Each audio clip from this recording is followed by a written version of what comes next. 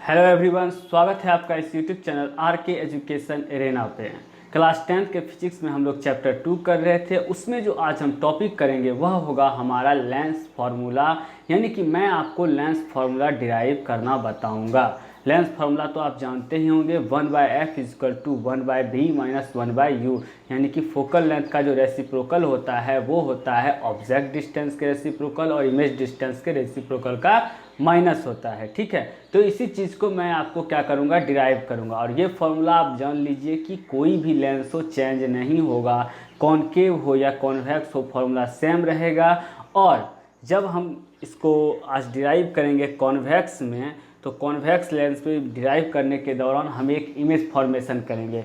6 तरह के image formation मैंने आपको बताया था, उनमें से कोई एक आप लेके इसको डिराइव कर सकते हैं, यानी कि इमेज ऑब्जेक्ट को कहीं पे भी रख के इमेज बना के आप डिराइव कर सकते हैं, आपको कोई समस्या नहीं आएगी फॉर्मूला में। तो चलिए देखते हैं। इसको डिराइव करने से पहले हम एक क्या बनाएंगे, हमने लेंस बनाया, कौन सा, कॉन्वेक्स। इसका एक ऑप्टिकल सेंटर है, ऑप्टिकल सेंटर से होके जो रेज जाती है उसे हम प्रिंसिपल एक्सिस कहते हैं, आप लोग जानते हैं इस बात को। ये ऑप्टिकल सेंटर हो गया। इधर F1 होगा, इधर F2F1 होगा, या इधर F2 2F2 मानिए, इस तरफ मान लीजिए F1 और 2F1। ठीक है, अब क्या होगा, ये बात तो आपको पता है कि ऑप्टिकल सेंटर से फोकस की जितनी दूरी होती है उतनी ही दूरी फोकस और 2F2 यानी कि रेडियस ऑफ कर्वेचर की होती है, ये भी आपको पता है। और दोनों तरफ ये क्या होगा, डिस्टेंस बराबर होगा, यानी कि ये डिस्टेंस क्या है, बराबर है। पहले ही बता रहा हूँ किससे, जिससे कन्फ्यूजन क्रिएट ना हो। अब हम क्या करेंगे कि इमेज को रखते हैं इस पोजीशन पे, यानी कि इन्फिनिटी और सेंटर ऑफ कर्वेचर के बीच में, यानी कि 2F1 के बीच में रखते हैं। यहाँ से एक पैरेलल लाइट आएगी और वह लेंस से जब होके गुजरेगी तो पहली पैरेलल लाइट फोकस से होके गुजरती है, आप लोग को पता है। दूसरी लाइट को हम लोग लाएंगे और ऑप्टिकल सेंटर से होकर गुजारेंगे, और ऑप्टिकल सेंटर से जब दूसरी लाइट गुजरेगी तो ये दोनों लाइट जिस पोजीशन पर मिलती है, हमारा इमेज का फॉर्मेशन उसी पोजीशन पे होता है। यानी कि मैं कह दूं कि अगर ऑब्जेक्ट हमारा AB था तो इमेज हमारा A' B' बना, ये हमारा फोकस हो गया। ठीक है, इस पॉइंट को भी नाम दे देते हैं, चलिए D पॉइंट इसको नाम दे देते हैं। अब कुछ टर्मिनोलॉजी है जो हमें देखना है। आपको पता है कि जहाँ पे ऑब्जेक्ट रखाता है, यानी कि जिस पोजीशन पे हमारा ऑब्जेक्ट है और उसके और ऑप्टिकल सेंटर के बीच के डिस्टेंस को हम लोग कहते हैं ऑब्जेक्ट डिस्टेंस, उसके बीच के डिस्टेंस को कहते हैं ऑब्जेक्ट डिस्टेंस। और ये हमारा होता क्या है, तो U से इसे डिनोट करते हैं। उसी तरह से ऑप्टिकल सेंटर और जिस पोजीशन पे हमारा इमेज बनता है उस पोजीशन के बीच के डिस्टेंस को हम लोग कहते हैं इमेज डिस्टेंस। क्या कहते हैं, इमेज डिस्टेंस, यानी कि प्रतिबिंब की दूरी कहते हैं इमेज डिस्टेंस। और इसे हम लोग V से डिनोट करते हैं। यहाँ तक किसी प्रकार की कोई समस्या नहीं होनी चाहिए और नहीं होगी आप लोगों को। और उसी तरह से ऑप्टिकल सेंटर और फोकस के बीच के डिस्टेंस को हम लोग क्या कहते हैं, हम लोग कहते हैं इसे फोकल लेंथ कहते हैं, जिसे स्मॉल f के द्वारा डिनोट किया जाता है। तो ये तीनों टर्म आपको पता लग गया। अब इस तीनों टर्म को हम लिखेंगे कैसे, तो पिछली क्लास में हमने आपको कार्टेशन का साइन कन्वेंशन बताया था। तो फ्रॉम कार्टेशन साइन कन्वेंशन से क्या होता है, फ्रॉम कार्टेशन साइन कन्वेंशन से होगा क्या, ठीक है, कि हम लोग तीनों टर्म को लिखेंगे कि इमेज डिस्टेंस हमारा क्या होगा। अब क्या होगा, ये तो भी ही होगा, लेकिन चलिए आगे देखते हैं। ऑब्जेक्ट डिस्टेंस हमारा क्या होगा, ऑब्जेक्ट डिस्टेंस हमारा U है। और फोकल लेंथ हमारा क्या है, तो फोकल लेंथ जो हमारा है वह है F। लेकिन साइन कन्वेंशन के हिसाब से इन तीनों का साइन हमें बताना है कि क्या होगा। तो सबसे पहला इमेज डिस्टेंस लिखा हुआ है, तो देखते हैं इमेज किधर बन रहा है। अगर इसको ऑप्टिकल सेंटर या ओरिजिन मान के अगर इसको कार्टेशियन के प्लेन पे दिखाया जाए, जैसा कि मैंने आपको बताया था, तो ऑप्टिकल सेंटर हमारा ओरिजिन हो जाएगा और उसके राइट साइड में आने वाला टर्म जो होगा वो पॉजिटिव होगा, जैसा कि आपको पता है, और इसके लेफ्ट साइड में आने वाला टर्म क्या होगा, हमारा निगेटिव होगा। तो अगर इस हिसाब से देखा जाए तो इमेज डिस्टेंस जो है वो हमारा कहाँ बन रहा है, तो लेंस के राइट साइड में बन रहा है। तो ये हमारा क्या हो जाएगा, पॉजिटिव हो जाएगा, क्योंकि राइट साइड का टर्म क्या होता है, पॉजिटिव होता है। उसके बाद अगर ऑब्जेक्ट डिस्टेंस की बात की जाए तो ऑब्जेक्ट कहाँ पे रखा है, तो इसके लेफ्ट साइड में रखा हुआ है, इस पोजीशन पे रखा हुआ है लेफ्ट साइड में, और लेफ्ट साइड वाला टर्म हमारा क्या हो जाता है, निगेटिव हो जाता है। वैसे आपको याद भी होगा कि ऑब्जेक्ट डिस्टेंस जो होता है दोनों लेंस में ऑलवेज निगेटिव ही होता है। अब आते हैं फोकल लेंथ की बारे में। आप कहिएगा कि सर फोकस इधर भी है, फोकस इधर भी है, लेकिन पिछले क्लास में भी मैंने बताया था कि हम उसी फोकस को कंसीडर करेंगे जिस फोकस से होकर हमारा लाइट गुजरेगी, यानी कि हमारी लाइट गुजरेगी। तो हमारी लाइट किस फोकस से होकर गुजर रही है, तो F2 से होकर गुजर रही है, और F2 किस साइड में है, तो राइट साइड में है। तो इसका टर्म क्या हो जाएगा, पॉजिटिव हो जाएगा। यहाँ तक उम्मीद है कि कोई दिक्कत नहीं होगा। लेकिन अब इसको हम प्रूफ कैसे करेंगे, तो प्रूफ करने के लिए आपको एक कॉन्सेप्ट याद होना चाहिए, जो कि मैं हर एक डेरिवेशन में बताता हूँ जहाँ यूज होता है, फिर से बता रहा हूँ। सिमिलर एंगल ट्रायंगल का कॉन्सेप्ट। इसमें क्या होता है कि हम दो ट्रायंगल लेते हैं। एक ट्रायंगल मान लीजिए कि ABC है और दूसरा ट्रायंगल हमारा PQR है। अगर इसको लिया जाए ABC और PQR को, तो ये सिमिलर एंगल ट्रायंगल का कॉन्सेप्ट का हिंदी में इसे कहते हैं समरूप त्रिभुज। समरूप त्रिभुज का अर्थ होता है कि रूप समान है। रूप क्या है, समान है, ठीक है ना। तो अगर इस कॉन्सेप्ट को देखा जाए तो इस कॉन्सेप्ट का मतलब क्या है कि अगर एक एंगल मान लीजिए कि ये 90 डिग्री है एंगल B, तो और दूसरा एंगल Q भी क्या है, हमारा 90 डिग्री है, और अगर ये एंगल और ये एंगल भी मान लीजिए किसी तरह से सेम है, हमें पता चल जाए, तो तीसरा कॉरस्पॉन्डिंग एंगल क्या होगा, ऑटोमेटिकली सेम हो जाएगा। यानी कि किसी भी ट्रायंगल का अगर दो एंगल सेम है तो तीसरा कॉरस्पॉन्डिंग एंगल ऑटोमेटिकली क्या होगा, सेम होगा।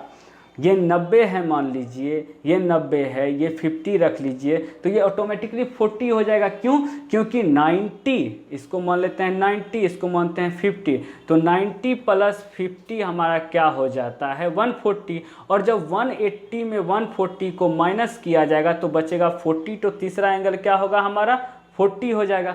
उसी तरह से यहाँ भी तीसरा एंगल क्या होगा, हमारा 40 हो जाएगा।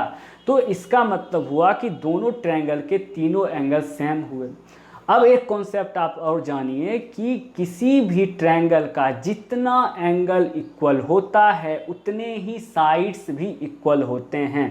यानी कि अगर दो एंगल इक्वल है तो दो साइड्स इक्वल होंगे, एक एंगल इक्वल है तो एक साइड इक्वल होगा, और अगर तीनों एंगल इक्वल हैं तो तीनों साइड्स इक्वल होंगे, जैसा कि हमारा इक्विलैटरल ट्रायंगल में होता है, समबाहु त्रिभुज में। उसके सारे एंगल भी सेम होते हैं और सारी भुजाएं भी सेम होती हैं। तो इस तरह से ये दोनों ट्रायंगल क्या हो गया, समरूप हो गया, यानी कि सिमिलर हो गया। दूसरा कॉन्सेप्ट, अब सिमिलर हुआ एंगल तो साइड्स भी इक्वल होगा। तो इसमें क्या कहता है कि साइड्स के रेशियो जो होते हैं दोनों, क्योंकि एक बड़ा है एक छोटा है, तो क्या कहा जाता है कि साइड्स के रेशियो जो होते हैं वो बराबर होंगे। कैसे, तो जैसे कि AB ये साइड और इसका ये साइड क्या हुआ, PQ, इसको लीजिए, इसके बराबर कर दीजिए BC ये साइड, और इसका ये साइड लीजिए QR, इसको इक्वल कीजिए, और AC यानी कि ये साइड और इसका ये साइड हुआ PR, इसको इक्वल कीजिए। इन तीनों के रेशियो क्या आएंगे, हमेशा सेम आएंगे। इन तीनों का रेशियो क्या आएगा, हमेशा सेम आएगा। तो ये है सिमिलर एंगल ट्रायंगल का कॉन्सेप्ट। तो हम कह सकते हैं कि ट्रायंगल ABC जो है वह समरूप त्रिभुज है PQR के। समरूप त्रिभुज किसके है, PQR के। तो इस कॉन्सेप्ट को ध्यान में रखना है, और इसी कॉन्सेप्ट को ध्यान में रखते हुए अब हम यहाँ पे क्या करेंगे, इसको प्रूफ करेंगे। तो इसको प्रूफ करने के लिए जो दो ट्रायंगल का हम इस्तेमाल करेंगे उसको मैं रेड कलर से कर देता हूँ। हम करेंगे सबसे पहले इसका इस्तेमाल, इस ट्रायंगल का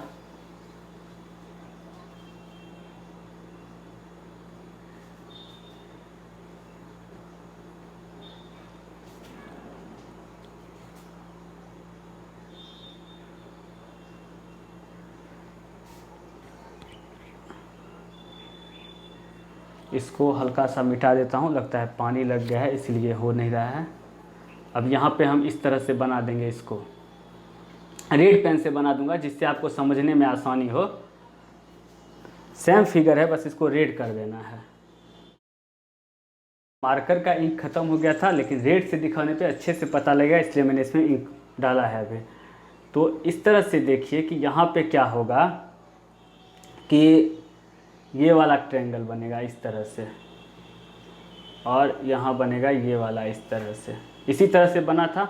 और जो दो ट्रायंगल को हम ले रहे हैं उसी को हम क्या करेंगे, कंसीडर करेंगे, आपको जैसा कि बताया, जिससे समझने में आसानी हो।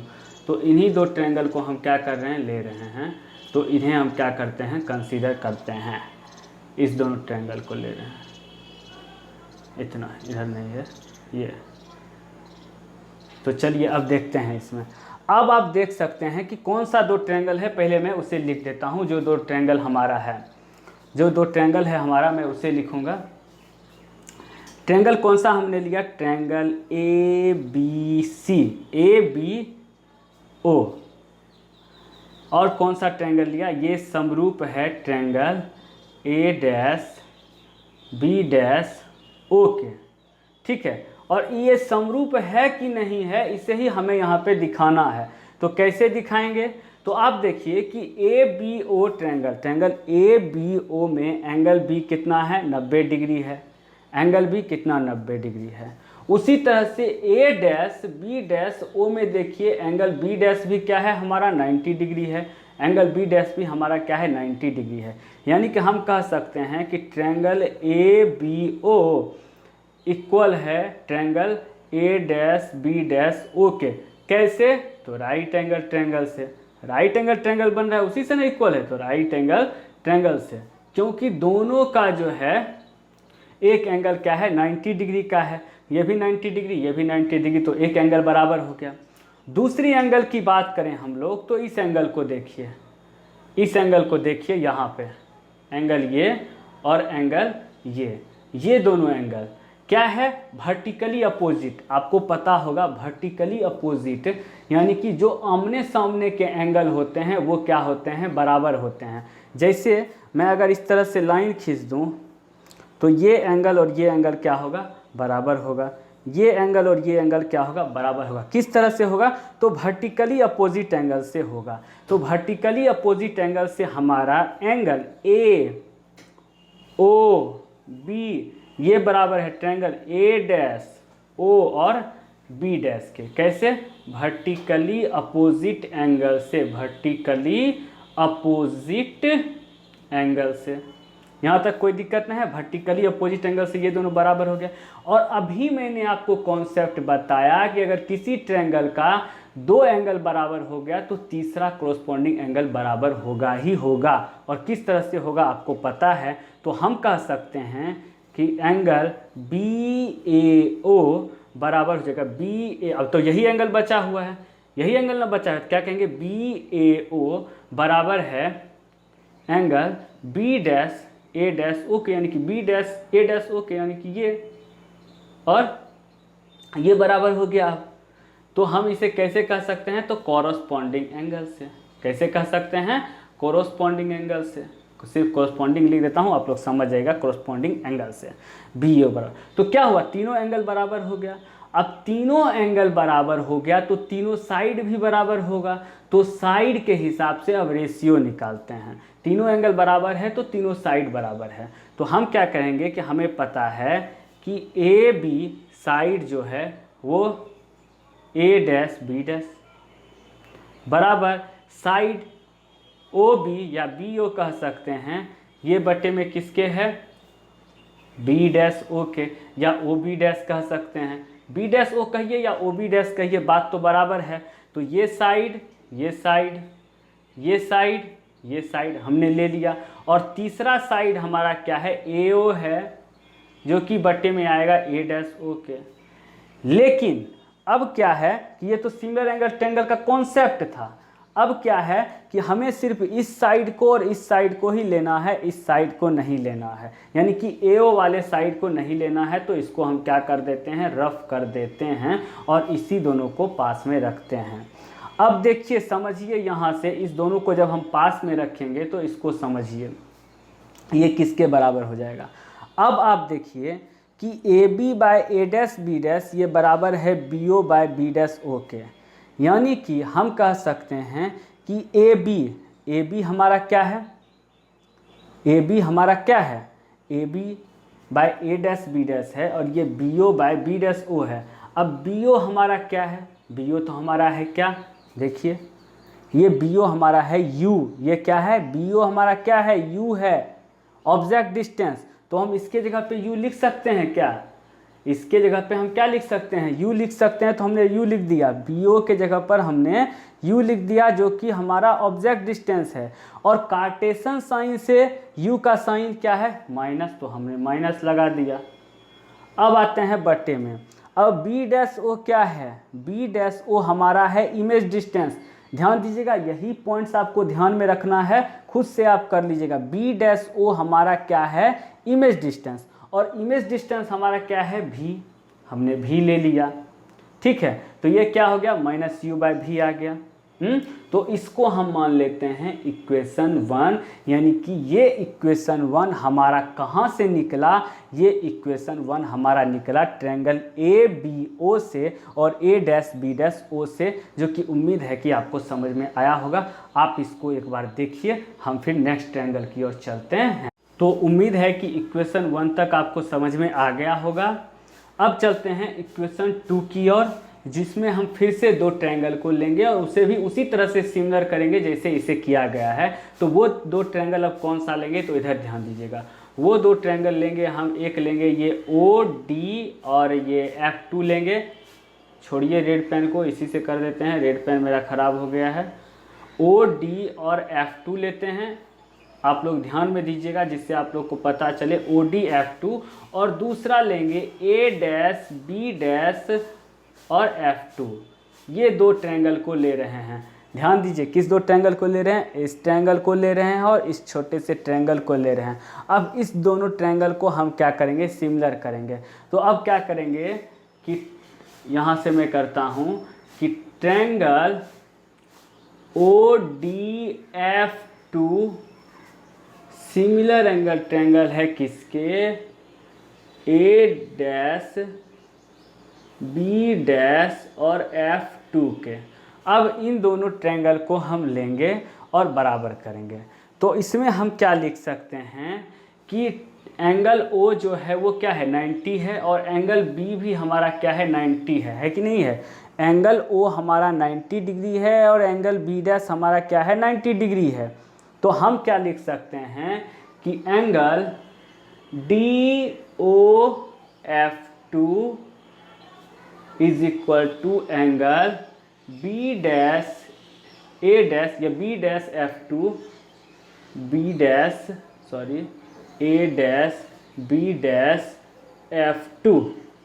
ठीक है, A dash B dash F2, यहाँ देखिए A dash B dash F2 ये बराबर हो गया DOF2 के। क्यों हो गया, क्योंकि दोनों एंगल राइट एंगल है। तो कैसे हो गया, तो राइट एंगल से हो गया।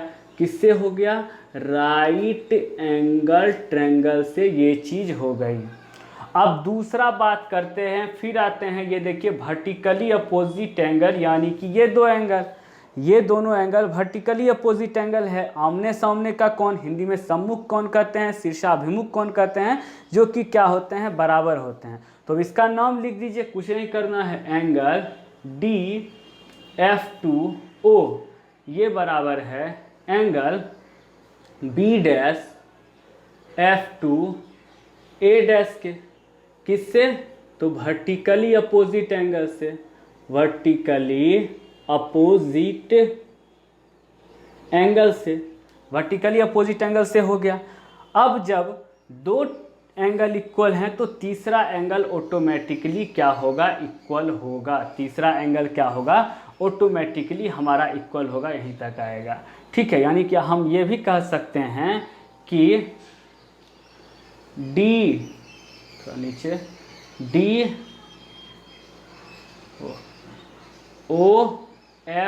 ओ डी एफ टू बराबर है किसके, B dash A F two के, B dash A F two के। देखिए ये कैसे हुआ, तो कोरोस्पॉन्डिंग से हुआ, कोरोस्पॉन्डिंग से हुआ, कोरोस्पॉन्डिंग एंगल से हुआ, ठीक है, कोरोस्पॉन्डिंग एंगल से हुआ। फिर से एक बार देख लीजिए, ध्यान दे दीजिए। पहला angle D O F two बराबर हो गया A dash B dash F two के, क्योंकि दोनों राइट एंगल ट्रायंगल है। दूसरा हो गया डी एफ टू ओ, ये बराबर हो गया A dash F two O या B dash F two O, कुछ भी लिख सकते हैं। बस क्या है कि जो एंगल इक्वल हो रहा है वो एंगल बीच में आना चाहिए, चाहे आप इधर से लिख लें या इधर से लिख लें। ध्यान रखिए कि जो एंगल बीच में है वो सिर्फ बीच, मतलब जो एंगल बराबर है वो सिर्फ बीच में आना चाहिए। और तीसरा क्या हुआ, ओ डी एफ टू और A dash F two B dash, ठीक है, ये दोनों भी क्या हो गया, बराबर हो गया। अब इसी के हिसाब से सिमिलर एंगल ट्रायंगल का जब कॉन्सेप्ट करेंगे तो हम क्या कर सकते हैं, साइड के हिसाब से तो लिख सकते हैं कि ओ डी बटे ए डैश बी डैश, ठीक है, यहाँ तक कोई दिक्कत नहीं है। और ये बराबर हो जाएगा किसके, ओ एफ टू बटे बी डैश एफ टू। और तीसरा हो जाएगा हमारा डी एफ टू बटे A dash F to, A dash F to. तीनों को पीछे मैंने बता दिया, बस ये इसके रेशो, ये इसके रेशो, ये इसके रेशो। लेकिन फिर वही बात हो गया, तीसरे वाले साइड्स का हमें काम नहीं है, तीसरे वाले साइड्स का हमें काम नहीं है, तो हम सिर्फ दो साइड्स को लेंगे। हम क्या करेंगे, सिर्फ दो साइड्स को लेंगे। अब यहाँ पे थोड़ा सा समझने वाली बात है। क्या समझने वाली बात है, तो वो देखिए। अब आप यहाँ पे देखिए कि ऊपर तो ओ एफ टू रहने देते हैं। अब ओ एफ टू क्या है, ओ एफ टू क्या है, ये है ओ एफ टू, ये ओ एफ टू क्या है। देखिए अगर इसको मैं यहाँ से ऊपर ला रहा हूँ तो ये ओ एफ टू को मैंने कंसीडर किया है फोकल लेंथ से, यानी कि ऑप्टिकल सेंटर और फोकस के बीच के डिस्टेंस को हम लोग फोकल लेंथ कहते हैं एफ। तो ओ एफ टू हमारा क्या हो गया, एफ हो गया। और एफ का साइन कार्टेशियन प्लेन से लेंगे तो क्या होगा, राइट साइड में है तो पॉजिटिव होगा। अब नीचे की बात करें, नीचे बी डैश एफ टू है, क्या है, बी डैश एफ टू। अब ये डिस्टेंस क्या है, ये डिस्टेंस तो हमें कुछ भी पता नहीं है, तो इस डिस्टेंस को हम क्या लिख सकते हैं कि ये बी डैश ओ, इसको हम लिख सकते हैं कि अगर बी डैश ओ, यानी कि इस पूरे डिस्टेंस में बी डैश ओ तो यही पूरा डिस्टेंस है, अगर बी डैश ओ में ओ एफ टू घटा दिया जाए, अगर इसमें से ओ एफ टू को माइनस कर दिया जाए, अगर इतने बड़े डिस्टेंस में इतना डिस्टेंस माइनस कर दिया जाए तो क्या बचेगा, ये डिस्टेंस बचेगा। तो इसको मैंने इस टर्म में लिख दिया कि इतने बड़े डिस्टेंस में इस डिस्टेंस को माइनस कर दिया, हमारा ये डिस्टेंस बचा। यानी कि बी डैश ओ में ओ एफ टू को माइनस किया तो बी डैश एफ टू बच गया हमारे पास, तो वही हमने यहाँ पे लिख दिया माइनस करके। और इसको किस टर्म में लिख सकते हैं, तो इसको लिख सकते हैं एफ। अब बी डैश ओ है क्या, तो बी डैश ओ भी है, बी डैश ओ क्या है, भी है ऑब्जेक्ट डिस्टेंस, ये इतना दूर क्या है, भी है ऑब्जेक्ट डिस्टेंस। और ओ एफ टू क्या है, ओ एफ टू क्या है, तो ओ एफ टू एफ है। ओ से एफ टू के बीच का डिस्टेंस क्या है, फोकल लेंथ है, ओ से एफ टू के बीच का डिस्टेंस फोकल लेंथ है तो एफ हो गया। तो इसको लिख देते हैं भी माइनस एफ। ये बन गया हमारा इक्वेशन 2, ये क्या बन गया, हमारा इक्वेशन 2 बन गया। अब कुछ भी नहीं करना है, अब लिखना है फ्रॉम इक्वेशन 1 एंड 2, यानी कि इक्वेशन 1 और 2 से। अब थोड़ा सा ध्यान दीजिए, 1 और 2 दोनों को देखिए। अब मैं एक चीज़ करूँगा यहाँ पे, अब इस OD को देखिए, पहले कुछ मत देखिए, इस OD को देखिए।